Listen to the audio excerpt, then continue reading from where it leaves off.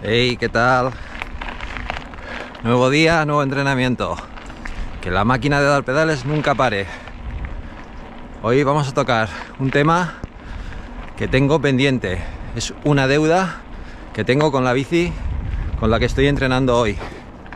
Y no es otra que mi querida Orbea Alma. Una bici que está llena de luces y sombras.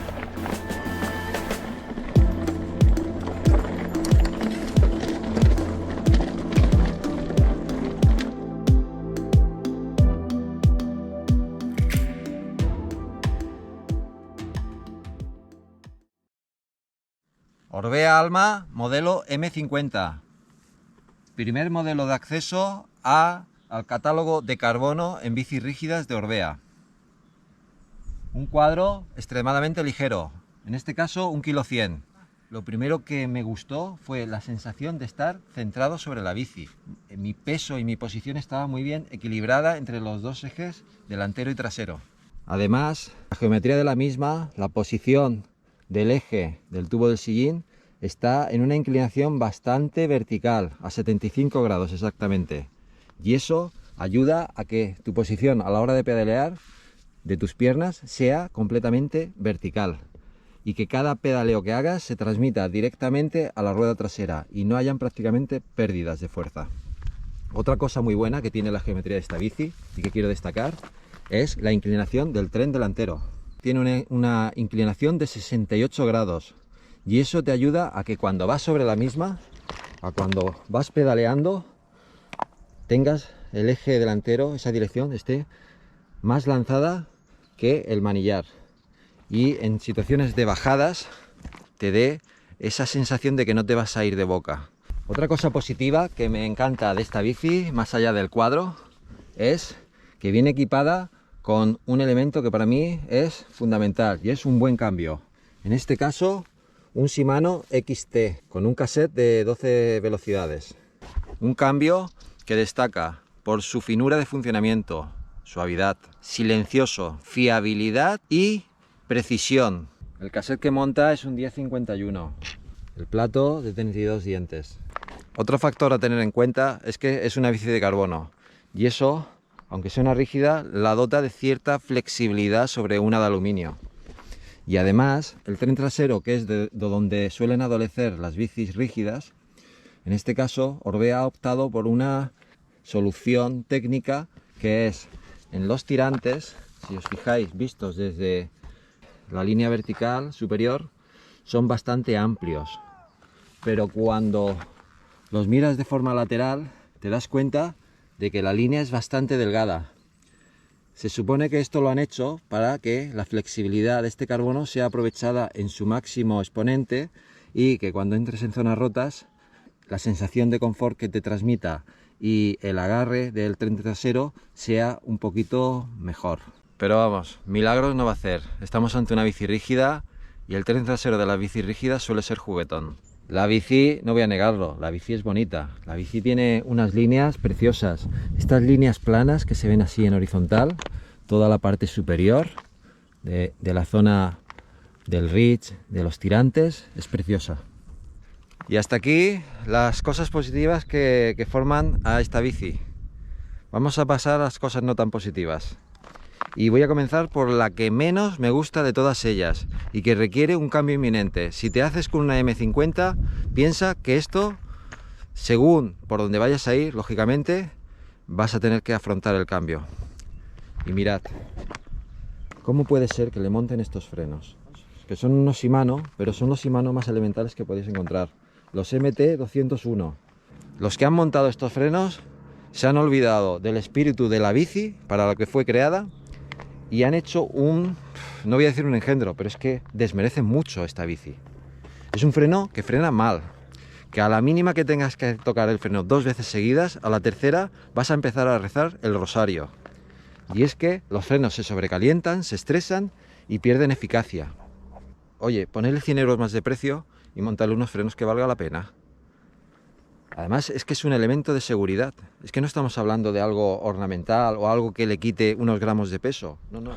Otro punto que tampoco me convence y es que además creo que afecta a la seguridad del piloto, al igual que los frenos. Este también afecta a la seguridad del piloto, y es la palanca de bloqueo y desbloqueo de la suspensión. Palanca que la han ubicado por encima del eje del manillar, que ergonómicamente es perfecta, pero el problema es que esa posición elevada sobre el manillar lo que me obliga es a soltar mi agarre, mi seguridad sobre el agarre del manillar, para poder accionar bloqueando o desbloqueando esa suspensión. Y en este momento, aunque solo sean un segundo o medio segundo, en ese momento, si la irregularidad del terreno te hace saltar la bici, es probable que la mano te se escape del manillar. Y eso es un problema para la seguridad del piloto. Y por eso no lo entiendo. Un punto que considero que ni es positivo ni es negativo, bueno, tiene las dos cosas, una parte positiva y una negativa, es la suspensión. Y es que en este caso monta una RockShox modelo Judy. Disculpad que la lleve sucia, pero es que es la que estoy usando para entrenar. Un modelo básico de RockShox, suspensión de 100 milímetros, con unos ajustes bastante sencillos. Ya veis, solamente se puede ajustar un poquito aquí, tiene 6 posiciones, la de la rebote más lento y rebote más rápido. Tiene un comportamiento decente, pero tiene su lado negativo, y es que es extremadamente pesada. Es una horquilla que pesa mucho. Y continuamos con la lista de cosas que no nos gustan tanto. Pero a ver, tampoco nos vamos a engañar. Es el modelo M50, es el modelo de entrada. Con ella compras una bici de carbono con un buen cambio, pero el resto de componentes, las marcas lo que hacen habitualmente, no esta, todas, es abaratar en otros componentes.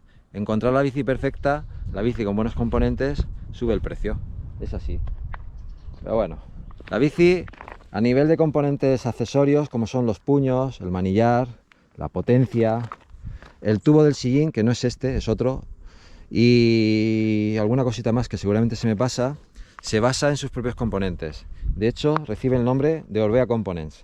Las ruedas, el aro de la rueda también. Seguramente no serán lo más ligero del mercado. Se trata de abaratar costes y es lo que hace la marca. Pero esto me da paso a hablaros de otro componente que no me acaba de convencer, y son las ruedas, tanto en aro como en neumático. Y es que monta unos aros con unos bujes Shimano, un buje bastante básico. Es extremadamente pesada esta rueda, y creo que va ligado a esos componentes más básicos que monta. Pero aparte, tened en cuenta que la bici viene de serie, de fábrica, viene montada con unos neumáticos Maxxis Icon. ¿Qué dices? Ostras, bueno, buena marca, Maxxis Icon, muy bueno. Pero os voy a pronunciar 2 veces la misma frase. Maxxis Icon no tubelizables. Y lo vuelvo a repetir. Maxxis Icon no tubelizables. Y al no ser tubelizables, van a ir con recámara. No están pensadas para hacer mucha montaña, la verdad. Es un neumático que es de papel, con una tendencia infinita a pincharse cada vez que salgas. No ganaba para pinchazos y no ganaba para caídas. La rueda de delante tenía una tendencia natural a que en cuanto agarraba una zona contraperaltada, como el terreno fuera un poco suelto, se deslizaba como si estuviera patinando sobre mantequilla. Si pensáis compraros una bici para usarla en montaña y viene montada con esas ruedas, negociad con el vendedor para que os cambie esas ruedas inmediatamente. No la compréis con esas ruedas. Es una pérdida de tiempo y de dinero. Los aros de la bici, de esta bici, tiene un ancho de 25 milímetros, adecuado para montarle neumáticos de 2,35, como los que llevo yo. Algo que seguramente también le vas a cambiar si le das un uso intensivo a esta bici son los puños. Los que vienen de fábrica son bastante duros, no amortiguan nada el golpeteo del terreno. A nivel de comportamiento, y a pesar de todo lo bueno y no tan bueno que os he contado, os he de decir que la bici en general tiene un comportamiento muy bueno, porque tiene una gran ventaja, y es el cuadro, que es lo que manda sobre la bici. Ese cuadro, esas geometrías, ese ángulo lanzado, ese reducido espacio entre ejes, esa posición tan centrada sobre la misma te ayuda a disfrutar muchísimo en un terreno de muchas curvas, de mucho zigzagueo, de un terreno donde tengas que ir continuamente haciendo cambios de dirección. Con esta bici vas a disfrutar. En el momento que giras el manillar, la bici reacciona y se adapta a ese giro. No hay demoras, es directa. Y eso es lo que a mí me hace disfrutar muchísimo con ella. Otra cosa que también le veo muy buena a esta bici es que sube como un rayo. Tiene una capacidad de subida y de tracción que a mí me dejaron asombrado. Yo venía de una rígida de aluminio y para nada subía como esta.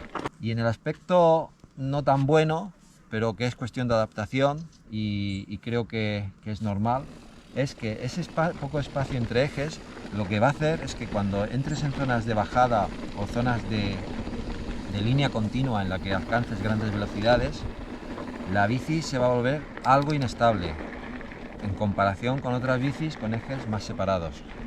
Eso es completamente natural. Encontrar el equilibrio entre distancia de ejes y equilibrio entre estabilidad en bajada y zigzagueo en curvas es bastante complicado.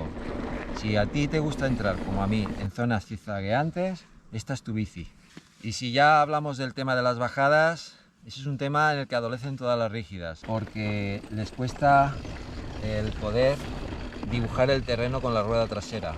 Y seguramente lo veis y lo veréis muchas veces, el tema de que cuando vas detrás de una rígida la notas enseguida, porque va botando, bota sin cesar.